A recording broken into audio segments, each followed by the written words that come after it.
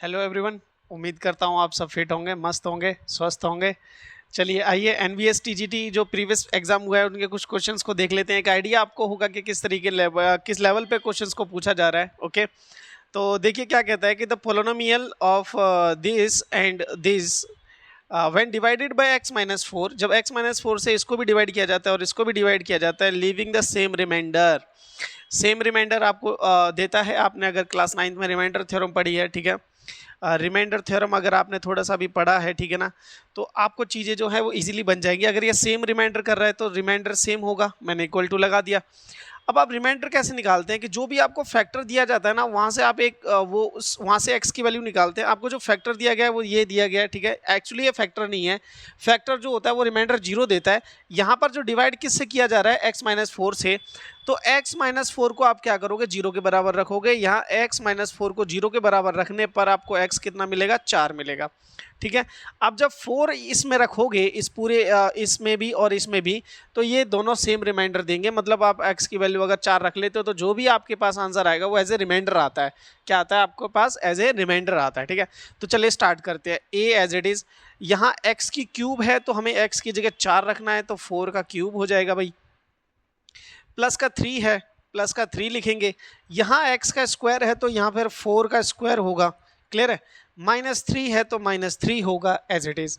अब नेक्स्ट पे आ जाइए, यहाँ पर 2 है, 2 एज इट इज रहेगा। x की क्यूब है, ध्यान देना, x की क्यूब है तो यहाँ पर 4 की क्यूब होगा, क्लियर है, ये हो गया क्यूब। माइनस 5 है, x है, ठीक है, तो यहाँ पे 5 है तो x की जगह आप लिखेंगे 4, ठीक है, प्लस a। अब ये दोनों इक्वेशंस देखो आपको बराबर बराबर करनी है। यहाँ अगर 4 की क्यूब करोगे तो यहाँ 64a आएगा आपके पास। यहाँ कितना हो जाएगा भाई, 4 का स्क्वायर हो जाएगा, 3 इंटू 4 का square 16 minus 3 as it is, equal to में यहाँ पर क्या करोगे आप, 2 इंटू कितना करोगे, 64 करोगे, क्योंकि भाई 4 की क्यूब 64 होती है। यहाँ पर माइनस 20 करोगे और यहाँ पे प्लस a करोगे, एज दैट सिंपल, क्लियर है। आई होप ये चीज़ें समझ में आ रही होंगी। यहाँ पर हो जाएगा आपके पास 64a, यहाँ पर इन दोनों को मल्टीप्लाई करोगे तो आपको 48 मिलेगा, जिसमें से माइनस 3 करना पड़ेगा आपको। फिर जब यहाँ पे करोगे तो 128 मिलेगा आपको, 64 का डबल होता है 128, माइनस 20 करोगे तो प्लस a रहेगा। अब आप एक काम कर सकते हो, इस a को देखो, अभी अभी रुक जाओ, चलो एक स्टेप और कर लेते हैं। a प्लस हो गया, 48 में से 3 गया तो आपके पास प्लस का 45 बचेगा, एज दैट सिंपल। यहाँ जब आप सॉल्व करोगे, ठीक है, ध्यान से सुना, यहाँ जब आप सॉल्व करोगे तो 128 में से 20 जाएंगे तो आपके पास 108 बचेगा।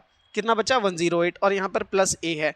अब इस a को आप इधर लेके आइए, क्योंकि बड़े वाले के पास लेके चलते हैं। 64a माइनस है, इधर a प्लस का है तो इधर आके माइनस का हो जाएगा। यहाँ 108 है, 108 है, यहाँ पर ये प्लस का 45 है, उधर जाके माइनस का 45 हो जाएगा, क्लियर, इज सिंपल। अब आप यहाँ पे चेक करें तो यहाँ पर आपको 63 मिल रहा है। कितना मिल रहा है, 63a। और जब आप यहाँ पे सब्ट्रैक्शन करोगे 108 से, जब 45 को आप घटाओगे तो देखो 8 में से 5 गया, कितना बचेगा, 3, ओके, और यहाँ 10 में से 4 गया, 63। तो यहाँ पर भी आपका 63 आया, यहाँ पर भी 63 है, तो 63 ये मल्टीप्लाई में इधर जाके डिवाइड में चला जाएगा। तो दोनों को जब डिवाइड करोगे तो आपको a की वैल्यू कितनी मिलेगी, a की वैल्यू मिलेगी आपको 1। तो ऑप्शन नंबर a या फिर 1 कह लो, ये करेक्ट है। आई होप ये रिमाइंडर निकालना। अच्छा, एक चीज़ और है, रिमाइंडर कैसे निकाला जाता है, रिमाइंडर भी ऐसे ही निकाला जाता है। अगर आपको बोल दिया जाए कि भाई मैंने x प्लस 5 से किसी चीज़ को डिवाइड करना है, ठीक है, यहाँ पर कोई भी इक्वेशन लिखी गई है, तो आप ऐसे लॉन्ग डिवीजन से मत जाना, यहाँ से x की वैल्यू निकालना और इसके अंदर रख देना। जो भी आपका आंसर आएगा वो आपका रिमाइंडर होगा। अगर कंप्लीटली डिवाइड हो जाता है तो 0 मिलेगा, ठीक है, तो वो आपका फैक्टर बन जाएगा x प्लस 5। अगर रिमाइंडर कुछ और आता है तो वो तो फिर आपका रिमाइंडर ही कंसीडर किया जाएगा, ठीक है। आई होप ये क्वेश्चन समझ में आया होगा। इस तरीके के और क्वेश्चंस के प्रैक्टिस आप करिए, एडवांस शीट लगाइए, ठीक है। इस फैक्टर थ्योरम का जो भी है, फैक्टर थ्योरम, रिमाइंडर थ्योरम, दोनों को कंबाइन करके आप क्वेश्चंस को लगाइए। नहीं मिलता है तो बुक्स लीजिए, डी शर्मा लगाइए, RS अग्रवाल लगाइए, इनमें बहुत भर भर के इस तरीके के सवाल दिए गए हैं। आई होप ये चीज़ समझ में आई होगी। अगले में मिलेंगे, till then take care, bye.